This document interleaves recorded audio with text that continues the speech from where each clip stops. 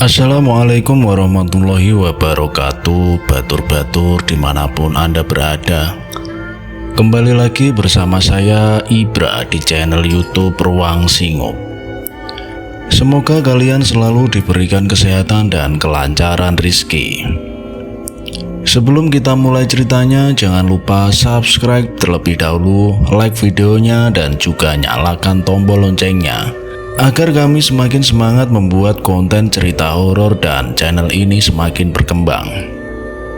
Di sebuah kafe kecil di pusat Jakarta, Bagas sedang duduk sambil menyeruput kopinya. Dia memandangi laptopnya yang menampilkan peta pendakian Gunung Arjuna. Bagas adalah seorang pendaki berpengalaman dan kali ini dia merencanakan sesuatu yang berbeda. Hei Bagas, apa yang sedang kamu rencanakan kali ini? Tanya Reno, teman baiknya saat datang menghampirinya.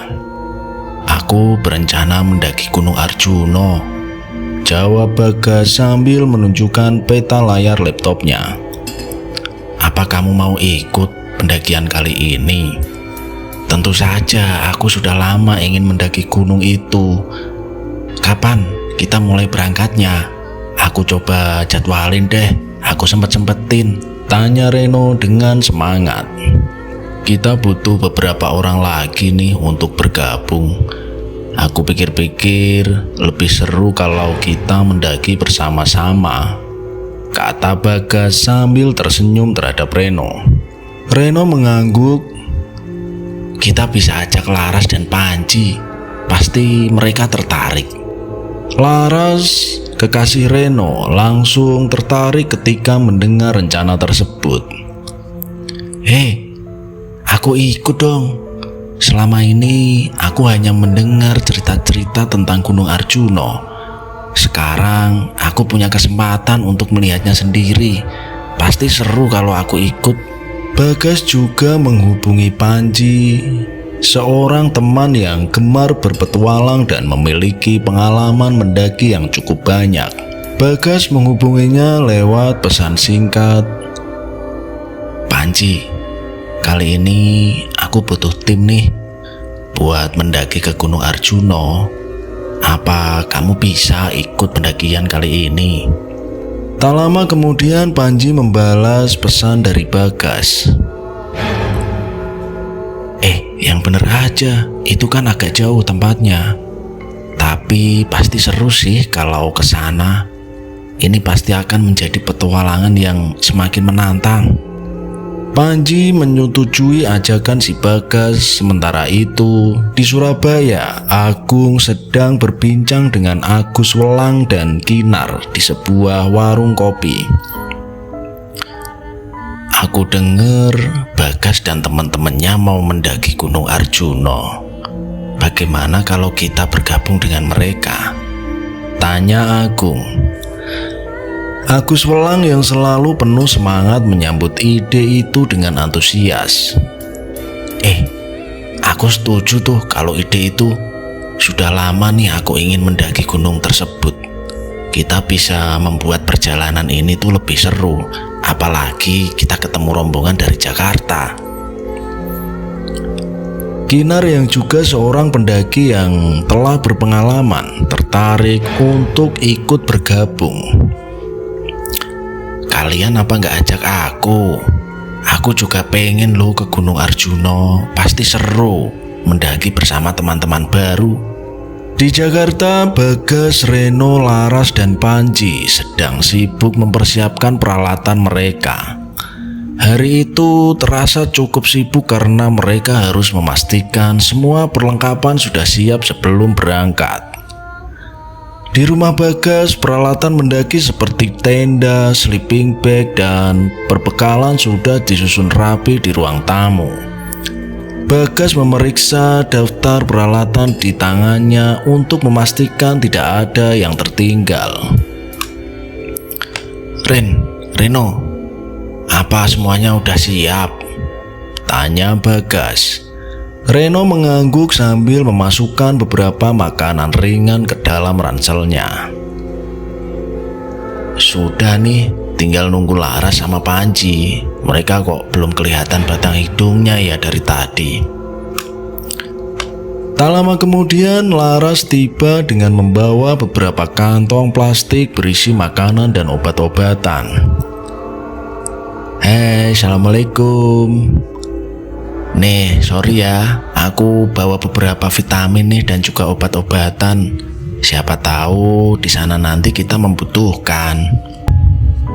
Tak lama kemudian setelah kedatangan Laras, Panji datang sedikit terlambat tetapi dengan senyum lebar di wajahnya.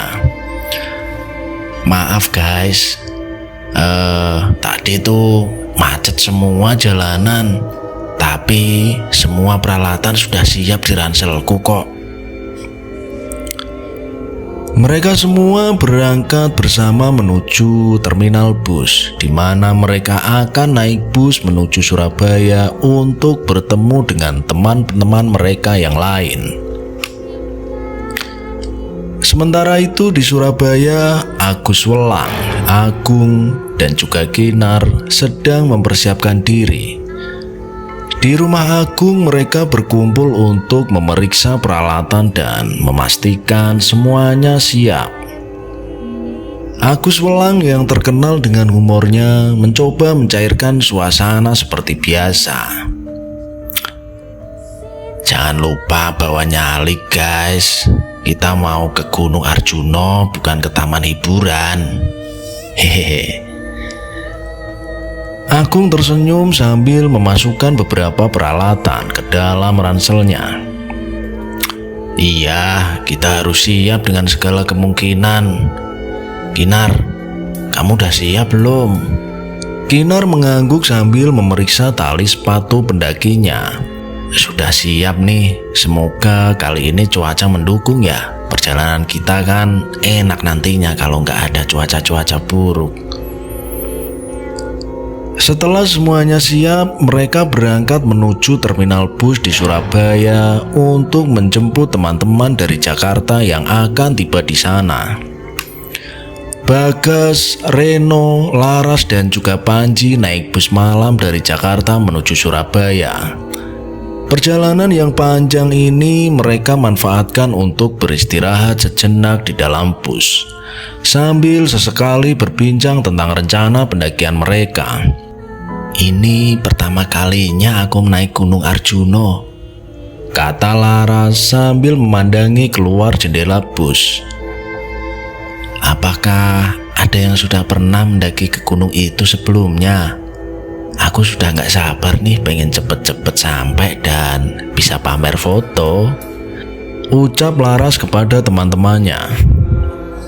Belum sih, aku juga belum pernah mendaki gunung itu. Tapi aku sudah baca banyak tentang gunung ini, jawab Bagas. Katanya jalurnya menantang dan pemandangannya itu luar biasa.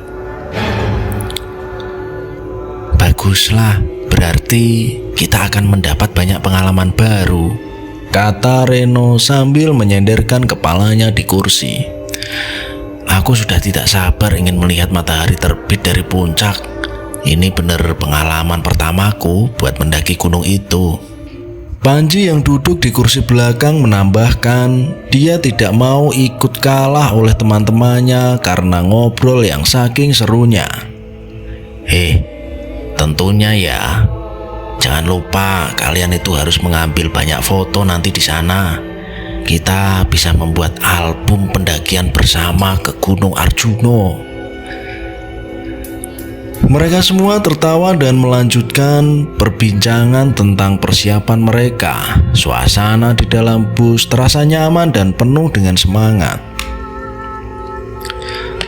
Saat bus dari Jakarta tiba di terminal Surabaya, Bagas, Reno, Laras, dan juga Panji turun dengan perasaan campur aduk antara lelah dan bersemangat. Mereka membawa ransel besar berisi peralatan mendaki. Di seberang terminal, mereka melihat 3 orang pemuda sebelumnya tidak mereka kenal. Akan tetapi, gerak-geriknya menandakan bahwa mereka adalah Agung, Agus Welang, dan juga Kinar. Agus Welang melambaikan tangan ke arah mereka karena hanya mereka yang terlihat memakai kostum seperti para pendaki. Hei, akhirnya ketemu juga, seru Agus Welang dengan senyum lebar menghampiri mereka. Gimana perjalanannya dari Jakarta? Lancar kan? Lancar, cuma sedikit pegel aja karena kelamaan duduk di bus, jawab Bagas sambil tersenyum. Oh iya, senang bisa bertemu kalian semua ya. Reno menjabat tangan Agung. Oh ya, perkenalkan, ini Reno, kemudian ini Laras dan juga Panji. Akhirnya mereka saling berkenalan dengan hangat. Kinar yang biasanya pendiam tersenyum ramah karena mendapatkan teman baru. Setelah memastikan semua peralatan lengkap, mereka menuju bus kecil yang akan membawa mereka ke base camp Lawang. Di dalam bus, suasana penuh dengan obrolan ringan dan tawa. Aku dengar jalur pendakian Gunung Arjuna cukup menantang, kata Agus Welang. Tapi pemandangannya juga luar biasa sih. Betul, aku baca di blog pendakian lain, katanya kita bisa lihat pemandangan yang indah, apalagi dari puncak gunungnya, tambah Bagas. Bagaimana dengan kalian guys? Sudah ada yang pernah mendaki gunung itu enggak? Tanya Panji. Oh, aku belum pernah sih, cuma aku pernah mendaki Semeru dan Rinjani. Tapi ini pertama kalinya aku mendaki Gunung Arjuna. Agung kemudian menyaut perkataan. Sama nih, aku juga pernah ke Semeru, kata Kinar. Tapi setiap gunung pasti punya tantangan dan keindahannya sendiri. Laras yang duduk di samping Reno ikut menambahkan obrolan. Aku malah baru pertama kali ini loh mendaki. Tapi aku selalu suka dan senang dengan tantangan dan pengalaman baru. Perjalanan menuju base camp semakin dekat. Bus kecil yang mereka naiki berliku-liku melalui jalan pegunungan yang curam. Suasana semakin sejuk dan aroma alam mulai tercium. Teman-teman, kita sudah hampir sampai loh, kata Agung. Siap-siap ya, kita akan mulai petualangan ini sebentar lagi. Jangan lupa untuk menikmati setiap momennya, tambah Kinar. Tapi pendakian bukan hanya tentang sampai di puncak kan? Kita nanti harus menikmati setiap pos dan perjalanan kita. Mereka semua mengangguk setuju. Dengan penuh semangat dan kebersamaan semakin terasa kuat di antara mereka. Setelah beberapa saat, bus akhirnya berhenti di base camp Lawang. Mereka turun dengan semangat, siap untuk memulai petualangan pendakian Gunung Arjuna. Setelah perjalanan yang penuh semangat, mereka akhirnya tiba di pos pendaftaran base camp Lawang. Udara pegunungan yang segar menyambut mereka, serta pemandangan alam yang menakjubkan. Mereka segera beristirahat dengan duduk-duduk lesehan di area yang disediakan dan meletakkan tas karir mereka di samping. Di bawah sinar lampu bolam redup, pos pendaftaran pendakian Gunung Arjuna tampak tua dan berumur. Dinding kayunya dipenuhi coretan dan stiker-stiker klub pendaki dari berbagai kota. Di sudut terlihat ada altar kecil dengan sesajen berupa bunga, dupa, dan wadah kecil berisikan air. Aroma dupa yang khas tercium menyatu dengan dinginnya udara malam. Kinar berdiri paling belakang, memeluk tubuhnya erat. Ia merasa bahwa di pos ini suasananya berbeda, lebih berat dibanding udara di luar. Sebenarnya ia tidak ingin mendaki, terutama karena kondisinya sedang menstruasi mendadak ketika di dalam bis menuju base camp Lawang. Tapi rasa malu membuatnya bungkam. Ia tahu jika mengaku ia mungkin akan dianggap menyusahkan atau bahkan menjadi alasan untuk tidak diizinkan ikut. Hei, semua pendaki yang mau naik, silakan isi form di sini ya, seru penjaga pos. Pak Man, pria tua di pos pendaftaran yang duduk di bangku kayu di dekat pintu. Dia mengawasi kelompok mereka dengan pandangan tajam, seolah memberi peringatan kepada mereka. Satu persatu anggota tim mencatat nama mereka di buku besar. Reno seperti biasa menggodai Laras yang sedang mencatat. Jangan lupa tambahin nama aku loh di kolom pendamping hidup semati, katanya sambil tertawa kecil. Laras memutar mata, tapi bibirnya tersenyum tipis. Ketika tiba giliran Kinar, tangannya gemetar. Ia menunduk, berusaha menghindari tatapan Pak Man. Pak Man sepertinya memperhatikan sesuatu ada yang berbeda dari dirinya. Akhirnya setelah semuanya selesai, Pak Man berdiri, suaranya parau tapi setiap kata terasa berat, seperti mengandung makna yang tersembunyi. Gunung Arjuna bukan tempat biasa. Dia rumah bagi banyak yang tak terlihat loh. Di sini ada pantangan yang harus kalian hormati kalau ingin selamat, katanya sambil memandang tajam ke setiap anggota tim. Aku kasih tahu ya, kalian nanti jangan pernah mendaki dalam jumlah yang ganjil. Kalau jumlah kalian ganjil, satu jiwa akan diambil untuk menyeimbangkan. Bagas mengangguk serius. Itu Pak, kami sudah atasi dengan membawa tongkat bambu dari rumah kok. Pak Man kemudian melanjutkan, tunggu dulu, dengerin dulu ucapan saya Mas. Selanjutnya, jangan bicara kotor, apalagi mencela tempat ini. Apa yang kalian pikir sepele bisa dianggap penghinaan. Kemudian Agus Welang pun berseru, wah, ini cocok buat Reno. Mulutmu itu lo kayak ember, Ren. Kemudian semua tertawa kecil, tapi Pak Man tidak tersenyum sama sekali. Pantangan selanjutnya. Dengan nada yang lebih berat, Pak Man menjelaskan, kalian jangan pernah mengganggu atau menggambil apapun di gunung ini, bahkan ranting sekecil apapun. Bisa jadi barang-barang tersebut adalah milik mereka yang tak terlihat. Kemudian Kinar mencengkeram tali ranselnya lebih erat.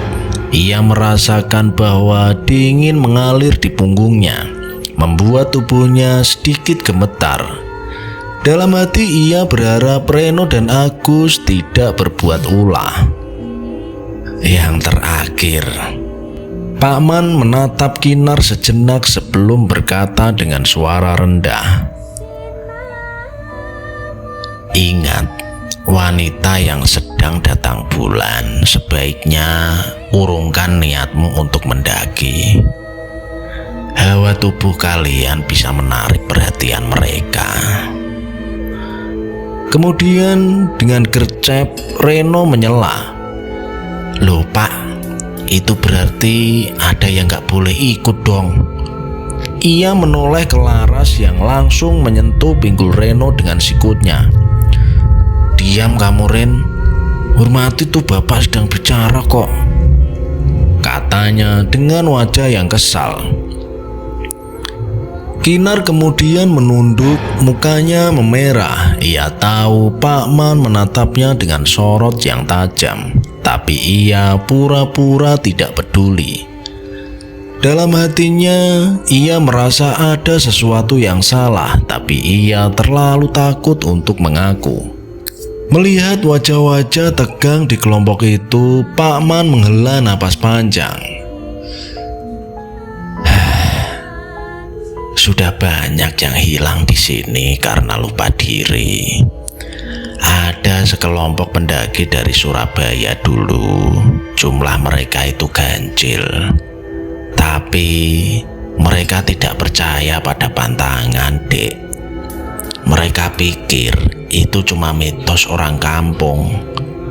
Tapi setelah mereka tiba di pos 3, pos Lembah Kidang, satu persatu mereka hilang. Jadi mereka mati, Pak?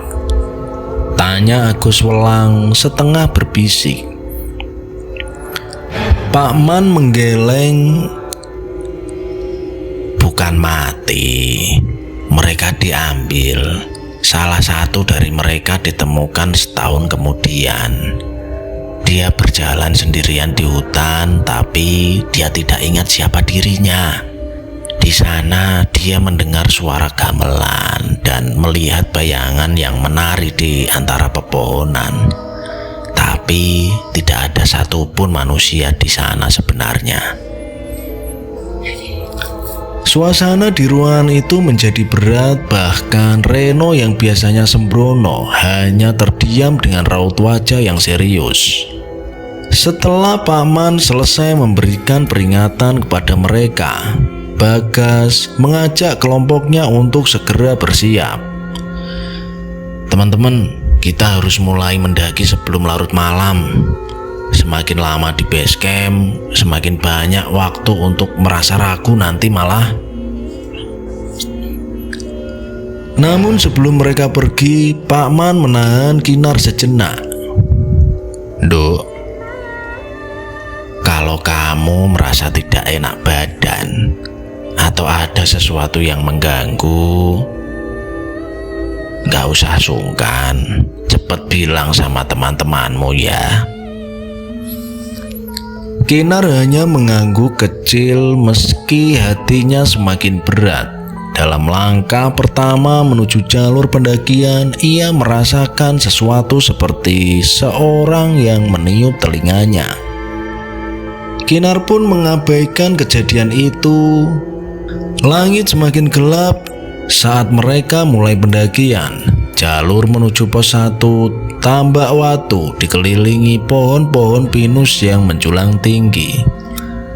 Bayangan dari lentera kepala mereka menari-nari di tanah yang lembab, menciptakan ilusi bentuk-bentuk aneh di sekeliling mereka. Reno seperti biasa berjalan paling depan bersama Laras. Dia menyalakan musik di ponselnya, tetapi Bagas segera menegurnya. Ren, matikan itu, ucap Bagas dengan tegas. Gunung ini tempat yang tenang, jangan bikin gaduh deh. Reno mendesah kesal, tapi menuruti permintaan Bagas. Iya, yang tenang dong, tegang amat. Di belakang mereka, Panji berjalan berdampingan dengan Kinar. Sesekali ia menoleh ke arah gelap di luar jalur. Matanya menyipit seolah-olah berusaha menangkap sesuatu. Ji, kamu lihat apa? Tanya Kinar, suaranya dengan pelan. Panji menggeleng tetapi wajahnya tetap tegang. Nggak tahu, cuma rasanya ada yang ngikutin. Kinar menelan ludah, namun ia tidak mengatakan apa-apa. Ia sendiri merasa bahwa dingin merayap dari belakang lehernya, tapi ia mencoba tetap berpikir positif. Agung berjalan dengan pasti di tengah kelompok. Tasnya dihiasi gantungan doa kecil, sementara Agus Welang di belakang sibuk bergumam, mengeluhkan ranselnya yang terasa berat. Apa sih yang gue bawa ini? Kok rasanya kayak bawa beras 5 kintal? Katanya sambil tertawa kecil. Tapi suara tawanya terdengar hampa di tengah keheningan malam. Ketika mereka semakin dekat dengan pos 1, suasana mulai berubah. Udara terasa lebih dingin dan kabut tipis mulai menyelimuti jalur pendakian. Suara alam yang biasanya penuh nyanyian jangkrik mendadak hening seketika. Bahkan suara langkah kaki mereka terdengar lebih keras dari biasanya. Seolah-olah tanah di bawah kaki mereka menjadi lebih padat. Denger nggak? Agus Welang berhenti memandang ke arah pohon-pohon di sisi jalur. Dengar apa? Tanya Reno dengan nada yang malas. Suara langkah, tapi bukan dari kita kayaknya. Jawab Agus Welang, matanya melirik ke kanan dan kiri. Seketika Bagas menghentikan kelompok. Semua diam, bisiknya. Mereka berdiri diam di tempat, hanya suara napas dan detak jantung yang terdengar. Tiba-tiba terdengar suara ranting patah, diikuti langkah kaki pelan yang bergema di kegelapan. Langkah itu berhenti seolah mendekat, tapi tidak ada apa-apa di sana.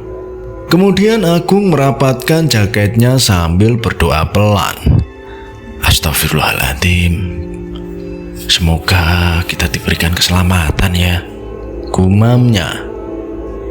Sudah, jangan didengar, mungkin suara binatang itu, kata Bagas meskipun nada suaranya terdengar ragu. Reno mencoba bercanda untuk memecah ketegangan. Mungkin ada babi hutan yang mau ikutan naik sama kita. Namun celetukannya tak ada yang tertawa. Mereka melanjutkan perjalanan, tapi suasana tetap berat. Sesekali Panji menengok ke belakang seolah-olah memastikan sesuatu tidak mengikuti mereka. Di tengah perjalanan, Reno memungut sebuah ranting kering untuk dijadikan tongkat. Aduh, gua capek nih. Ini apa ya, kebetulan ada ranting yang bagus buat tongkat. Ia tidak sadar bahwa pantangan untuk tidak mengambil apapun malah ia langgar. Laras memperhatikan itu, tapi tidak mengatakan apa-apa kepada Reno. Kinar yang berjalan di belakang mereka merasa hawa dingin semakin menusuk setelah Reno memungut ranting tersebut. Tiba-tiba suara pelan terdengar di telinga Kinar seperti bisikan seorang wanita. Jangan diambil, itu milik kita. Kinar tertegun menghentikan langkahnya. Ia menoleh ke sekitar, tapi dia tidak melihat siapapun. Kinar memang terkenal seorang yang indigo dan dia peka akan hal-hal yang tak terlihat. Kinar, ayo cepat, panggil Panji. Ia menunggu di depan, menatapnya dengan cemas. Iya, tunggu sebentar, jawab Kinar dengan nada yang terbata-bata, mencoba mengabaikan rasa takut yang mulai merayap. Ketika mereka tiba di base camp Tambak Watu, kabut malah semakin tebal. Pos ini hanyalah sebuah area terbuka dengan batu besar yang berada di tengah, dikelilingi oleh pohon-pohon yang tinggi. Bagas menginstruksikan kelompok untuk beristirahat sejenak. Teman-teman, minum air dululah kalian. Ambil napas sebentar, kita harus tetap kuat sampai pos 3 nanti, katanya sambil memeriksa peta. Namun suasana di pos 1 terasa tidak wajar. Panji yang duduk di salah satu batu merasakan punggungnya seperti ada yang menarik pelan. Ia menoleh tetapi ia tidak menemukan apapun. Ia melirik ke Kinar yang tampak gelisah. Kinar, kamu kenapa dari tadi kok kayaknya gelisah? Mukamu terlihat pucat, tanya Panji. Kinar hanya menggeleng. Aku nggak apa-apa, Ci. Udah, kamu tenang aja, jawabnya dengan singkat. Sementara itu Laras memutuskan untuk pergi ke sisi jalur, mencari tempat untuk buang air kecil. Ia melangkah beberapa meter dari kelompok, memastikan tidak ada yang bisa melihat. Namun, saat ia hendak kembali dan selesai melakukan buang air, ia mendengar ada suara seperti buah kelapa yang jatuh tidak jauh dari tempat ia buang air kecil. Rasa penasaran membuatnya menghampiri sumber suara tersebut, dan ketika ia menyibak semak-semak dengan kakinya, ia melihat ada seperti buah kelapa yang sudah tua terjatuh. Ketika ia menyenggol-nyenggolkan kakinya ke benda itu, ia melihat itu adalah kepala monyet. Wajah Laras langsung memucat. Ia segera berlari kembali ke kelompok tanpa mengatakan apapun. Ketika mereka bersiap untuk melanjutkan perjalanan, Panji tiba-tiba merasa jimat di saku celananya menjadi panas. Ia mengambilnya seutas benang hitam dengan simbol kecil di ujungnya. Tetapi ia segera menjauhkannya karena terasa seperti bara api.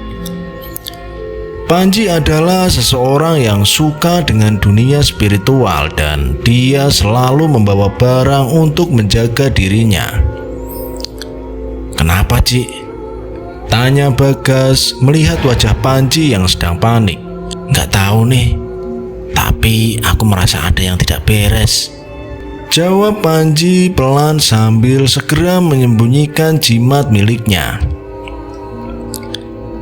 Ia melihat ke arah batu besar di tengah pos dan seolah-olah ada bayangan yang berdiri di atasnya. Tapi ketika ia berkedip, bayangan itu seketika menghilang.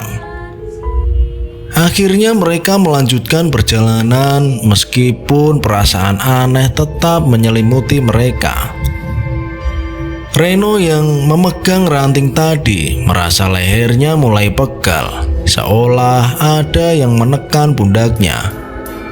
Namun ia memilih diam, menganggap itu hanya rasa lelah yang ia alami.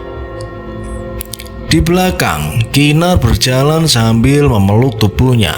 Rasa takut yang sejak awal ia rasakan semakin nyata, dan setelah perjalanan panjang dan berat melalui kabut tebal dan jalur yang licin, mereka akhirnya tiba di pos 2 pondokan. Area ini sedikit lebih terbuka dibandingkan jalur sebelumnya, dengan beberapa pohon besar yang mengelilingi di tempat itu. Kemudian di situ terdapat sebuah batu besar yang berdiri di tengah, seperti menjadi penanda bahwa tempat ini memiliki cerita yang tidak sembarangan orang tahu.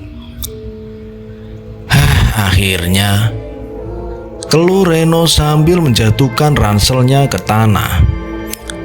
Saking capeknya, gua udah gak ngerasain nih kakiku. Jangan terlalu santai dulu, Ren, tegur Bagas sambil memandang sekitar dengan cermat. Kita belum aman. Pasang tenda cepat sebelum malam semakin larut. Udara di pos 2 terasa lebih dingin, seolah-olah hawa di sini datang dari dunia lain. Kabut yang menyelimuti tempat ini tidak kunjung menipis. Meskipun angin bertiup pelan, tidak ada suara binatang malam. Hanya keheningan mencekam yang menemani mereka. Mereka segera memulai mendirikan 2 tenda dan 1 lagi untuk Bagas di area yang agak datar tak jauh dari batu besar di tengah pos. Bagas menginstruksikan agar mereka berhati-hati saat memasang pasak, memastikan tenda berdiri dengan kokoh di atas tanah yang lembab. Jangan sampai ada yang lupa pasang talinya, guys. Biasanya semakin malam anginnya mulai kenceng, katanya sambil menarik tali dengan keras. Kinar yang membantu memasang tenda terlihat semakin lemah. Tangannya gemetar ketika mencoba memasukkan pasak ke dalam tanah. Aku nggak tahu kenapa, tapi hawa di sini rasanya berat sekali, bisik Kinar kepada Panji. Panji yang sejak dari tadi terlihat gelisah menoleh seketika. Aku tahu. Dari tadi aku merasa ada yang ngikutin kita, katanya sambil melirik ke arah pepohonan. Kinar, kamu yakin gak apa-apa? Kinar mengangguk meski tubuhnya terasa lemas. Perutnya masih berdenyut nyeri akibat menstruasi, tetapi ia memilih menyimpan hal itu sendiri. Ia tidak ingin menjadi beban bagi kelompoknya. Agung yang berdiri di dekat mereka menatap Kinar sejenak. Kalau ada yang gak enak, bilang aja ya, gak usah sungkan, katanya lembut, tetapi Kinar hanya tersenyum tipis. Di sisi lain, saat Laras membantu Reno mengencangkan tali tenda, ia mendekati batu besar di tengah area tanpa sengaja. Langkahnya terhenti dan matanya terpaku pada permukaan batu yang dipenuhi dengan lumut. Ada sesuatu di sana seperti goresan-goresan yang membentuk pola atau huruf-huruf kuno. Laras, kamu ngapain di situ? Bantuin nih, panggil Reno. Laras tersentak seperti baru saja keluar dari lamunannya. Iya, cuma batu ini kayak ada tulisannya, Ren, jawabnya sambil berjalan kembali ke tenda. Agus Welang yang mendengarkan obrolan mereka, dia malah tertawa kecil. Hah, paling coretan pendaki iseng itu. Lagian kalau ada tulisan jangan diganggu, berarti justru harus diganggu, katanya dengan nada yang bercanda. Namun Panji yang mendengar ucapan Agus langsung menatapnya dengan tajam. Hus, jangan main-main. Kita nggak tahu apa-apa soal tempat ini. Kalau nggak penting, jangan sentuh apapun deh. Agus mengangkat tangan seolah menyerah. Oke, aku diem. Tapi bener kan, tempat ini auranya singgup banget. Aku agak ngeri. Setelah tenda selesai didirikan, mereka mulai bersiap untuk makan malam. Udara malam di pos 2 semakin dingin, menusuk hingga ke tulang belakang. Kabut tipis berulang-ulang bergulung di sekitar mereka, memantulkan cahaya lentera yang meredup. Mereka duduk melingkar mencoba menciptakan rasa hangat di tengah suasana yang semakin terasa berat. Bagas mulai membuka kompor portable kecil dari dalam ranselnya. Kayaknya kita butuh sesuatu yang panas nih. Mie rebus dan kopi bakal cukup untuk malam ini, katanya dengan suara yang sedikit parau mencoba memecah kesunyian. Untung gue bawa stok mie instan banyak, canda Agus Welang meskipun tawa Hasna kali ini terdengar lebih lemah. Tapi kalau kopi, aku nggak bawa. Siapa yang bawa kopi minta dong.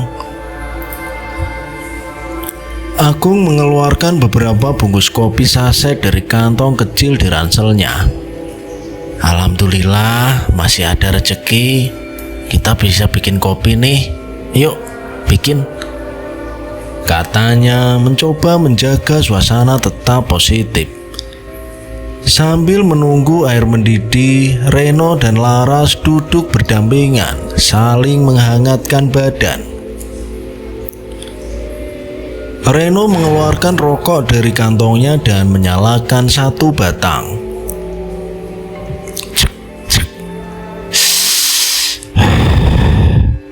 Udara di sini dinginnya nggak main-main, guys, katanya sambil meniupkan asap. Jangan banyak ngerokok kamu, Ren. Itu bisa makin dehidrasi, tegur Bagas tanpa menoleh. Matanya fokus ke air yang mulai mendidih di dalam panci kecil. Reno mendengus. Santai aja bang, ini cuma buat ngangetin badan doang kok. Sementara itu Kinar duduk agak jauh memeluk lututnya dengan wajah pucat. Ia tidak berbicara banyak sejak perjalanan dimulai. Tubuhnya terasa semakin lemah, tetapi ia tetap mencoba menyembunyikannya apa yang dialami dari kelompok mereka. Kinar, ayo sini, jangan sendirian di situ, ajak Panji sambil memberikan kursi lipat kecil di samping lentera. Duduk dekat lentera biar kamu tuh merasakan hangat. Kinar hanya menggeleng. Aku nggak apa-apa kok, Ji. Di sini aja udah hangat, jawabnya lirih. Tak lama, aroma mie rebus mulai tercium, sedikit menghangatkan suasana. Bagas menuangkan air panas ke dalam beberapa gelas plastik, menyeduh kopi saset dan membagikan mie rebus ke dalam mangkuk. Laras, ini buat kamu, katanya sambil menyodorkan semangkuk mie rebus. Terima kasih bang, jawab Laras dengan pelan sambil menyerahkan mangkuk lainnya ke Reno. Namun meskipun makanan itu cukup untuk menghangatkan tubuh mereka, tidak ada yang benar-benar menikmati. Suasana terasa berat, seperti ada sesuatu yang tak terlihat yang sedang mengawasi dari kegelapan. Bahkan suara jangkrik yang biasa menjadi latar malam di gunung kini tidak terdengar sama sekali. Reno yang biasanya banyak bicara kini terdiam sambil memakan minyak. Sesekali ia melirik ke arah pepohonan yang diselimuti kabut tebal. Laras memegang lengan Reno erat-erat, matanya terus menatap ke bawah. Agus yang mencoba mencairkan suasana berseru pelan. Kalian tahu nggak ada cerita soal pos 2 ini? Ia tersenyum meskipun suaranya bergetar. Udah deh, jangan mulai Gus, tegur Panji cepat. Gak usah cerita yang aneh-aneh di tempat kayak gini. Tapi serius Ji, gua denger-denger katanya kalau ada yang gak sengaja lihat bayangan di balik kabut di sini, itu bukan cuma bayangan biasa. Itu mereka para pendaki hilang yang tinggal di sini, kata Agus sambil menyalakan rokoknya. Laras menatap Agus dengan tajam. Gus, tolong ya, jangan bikin aku makin takut. Agus tertawa kecil meskipun dia tertawa dengan canggung. Yo wes, aku tak diem wae kalau gitu. Tiba-tiba angin bertiup kencang membuat lentera mereka bergoyang. Bayangan pohon-pohon besar di sekitar mereka mulai bergerak-gerak, menciptakan ilusi yang membuat bulu kuduk meremang. Duh, kenapa angin jadi gini ya? Tanya Reno menyalakan rokok lagi. Tutup mulutmu Ren, ucap Agung, suaranya serius. Jangan asal ngomong, angin begini biasanya pertanda ada yang lewat. Kinar yang sejak tadi diam tiba-tiba meletakkan mangkuk minyak ke tanah. Tubuhnya mulai menggigil meskipun ia mengenakan jaket tebal. Kin, kamu kenapa? Tanya Panji sambil mendekat. Kinar tidak menjawab, ia memegang perutnya dengan wajah yang tegang. Aku dengar sesuatu, bisiknya dengan pelan. Bagas segera menoleh. Apa maksudmu? Suara apa, Kin? Aku kok malah jadi merinding. Kinar menunjuk ke arah pepohonan. Itu di sana ada suara perempuan tadi. Semua anggota langsung terdiam. Mereka memandang ke arah yang ditunjuk oleh Kinar, tetapi mereka melihat tidak ada apapun di sana. Kabut semakin tebal dan cahaya lentera seolah tidak mampu menembusnya. Udah, ya usah didengerin, bisik Agung sambil memegang tasbih kecil di tangannya. Mungkin mereka sedang mengganggu kita, jadi gak usah diperhatikan. Namun suasana semakin aneh. Angin yang bertiup tadi tiba-tiba berhenti, dan keheningan yang mematikan menyelimuti tempat itu. Tidak ada suara, tidak ada gerakan, hanya ketegangan yang terasa di udara. Shh, denger nggak? Bisik Agus memecah keheningan. Dengar apa? Tanya Laras dengan nada yang sedikit ketakutan. Suara langkah kaki, tapi kayaknya bukan dari kaki kita deh. Suara itu semakin jelas, seperti seseorang berjalan perlahan di antara daun-daun kering di tanah. Namun ketika Bagas menyalakan senter dan mengarahkan ke arah suara tersebut, ternyata itu hanyalah seekor musang yang sedang mencari makan. Walah, celeng-celeng, teriak Bagas meskipun suaranya sedikit ketakutan. Namun langkah kaki itu terdengar kembali, kali ini lebih dekat, seolah mengelilingi mereka. Agung kemudian berdiri, wajahnya tegang. Ia mulai membaca doa dengan suara pelan. Dia memohon perlindungan agar malam ini tidak terjadi apapun kepada mereka. Namun sebelum ia selesai, tawa pelan terdengar dari antara kabut. Tawa itu lirih, seperti berasal dari seorang perempuan, tetapi suaranya menggema ke segala arah. Siapa itu? Teriak Reno sambil berdiri menggenggam senter dengan tangan yang gemetaran. Tawa itu berhenti tiba-tiba, digantikan oleh suara berbisik, tetapi tidak ada yang mengerti bisikan apa yang terdengar di telinga mereka. Tetapi Kinar menunduk lebih dalam, memeluk tubuhnya erat-erat. Kita harus masuk tenda sekarang, jangan keluar sampai pagi. Ingat teman-teman, ucap Bagas dengan cepat. Mereka segera meninggalkan sisa makanan dan kopi yang belum habis. Mereka berlari ke tenda masing-masing dengan napas yang memburu. Seketika lentera mereka padam, meninggalkan kelompok dalam kegelapan dan ketakutan. Suasana di pos 2 semakin mencekam saat kelompok masuk ke dalam tenda masing-masing, meninggalkan mereka dalam kegelapan total. Satu-satunya suara hanyalah angin yang berhembus kencang, membawa hawa dingin yang menembus lapisan jaket mereka. Di dalam tenda, Reno dan Laras duduk bersebelahan di kantong tidur masing-masing.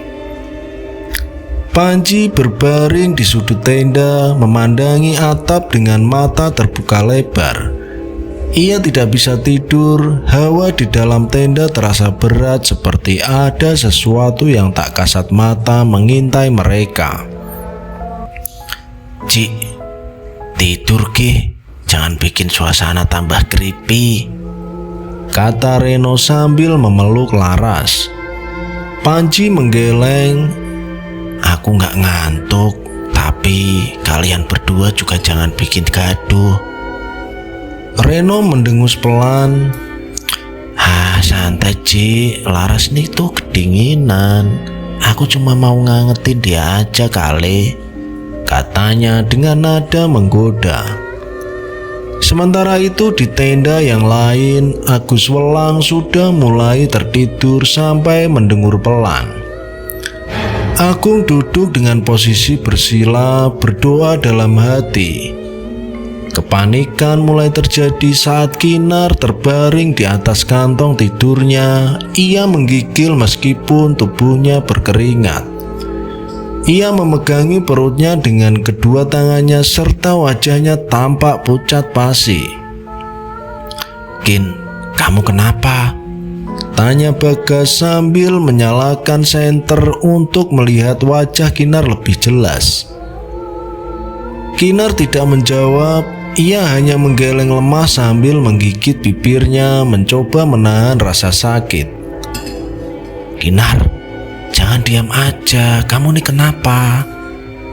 desak Agus yang duduk di sudut yang telah terbangun dari tidurnya serta tubuhnya ikut gelisah. Agung yang sejak dari tadi berdoa dalam hati mendekati Kinar. Ia menyentuh bau gadis itu, merasa bahwa tubuhnya lebih dingin daripada biasanya. "Bagas, ini lebih dari sekedar capek. Kayaknya ada yang salah. Perutku," bisik Kinar akhirnya. Suaranya sangat pelan, hampir tak terdengar. "Perutku sakit sekali. Aku gak bisa tahan lagi, Gas." Bagas mengerutkan dahi. "Perutmu sakit kenapa? Kamu bilang dari tadi kamu gak apa-apa." Kinar menggigit bibirnya lebih keras akhirnya. Dengan suara bergetar, ia mengakui sesuatu yang sejak tadi ia sembunyikan. "Aku sedang datang bulan." Mendengar itu wajah Bagas berubah serius. "Astaga Kinar, kenapa kamu gak bilang dari awal? Ini bisa jadi alasan kenapa semuanya terasa aneh." "Maaf, aku gak mau jadi beban buat kalian," bisik Kinar, matanya mulai berair.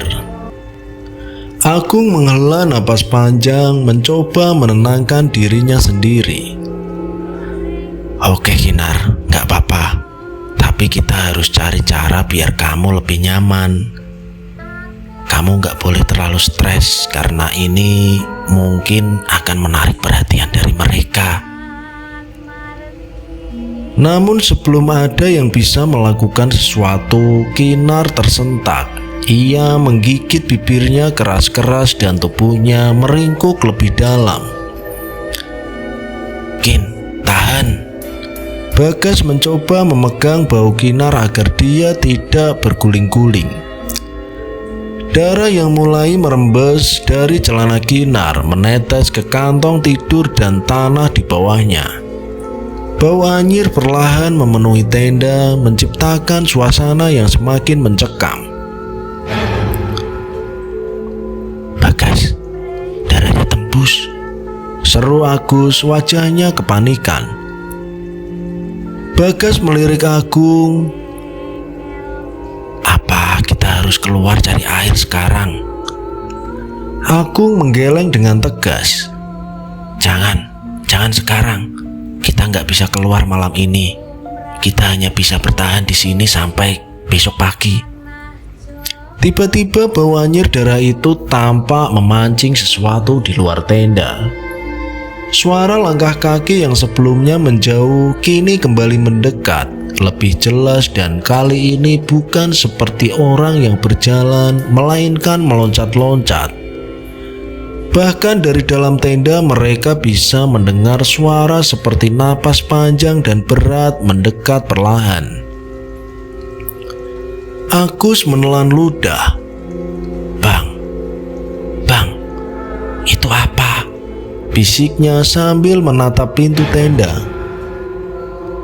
Tidak ada yang menjawab, semua mata tertuju pada pintu tenda yang kini terlihat bergelak perlahan. Seperti ada sesuatu yang menyentuhnya dari luar. "Astagfirullah, kita dalam masalah." ucap Bagas dengan pelan, matanya tak lepas dari pintu tenda. Dari luar terdengar suara perempuan yang sangat pelan seperti berbisik. "Kalian tidak pantas di sini."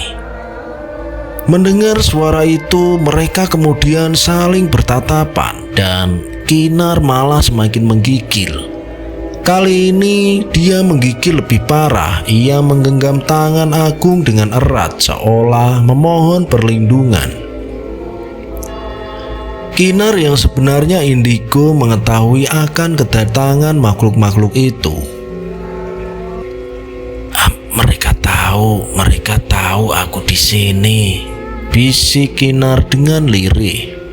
Agung segera melantunkan doa, suaranya bergetar tetapi tetap lantang. Namun suara di luar tenda semakin jelas, seolah ada banyak orang yang berbisik dalam bahasa Jawa mengelilingi mereka. Sementara itu di tenda yang lain, Reno dan Laras semakin dekat. Reno memeluk Laras dengan erat, membisikkan kata-kata mesra di telinganya. Laras awalnya yang ragu, tetapi cumbuan Reno perlahan semakin membuatnya membalas. Suasana dalam tenda itu berubah hangat, tetapi bukan hangat yang menenangkan, melainkan hangat yang menekan. Panji yang berbaring di sudut menghela napas panjang.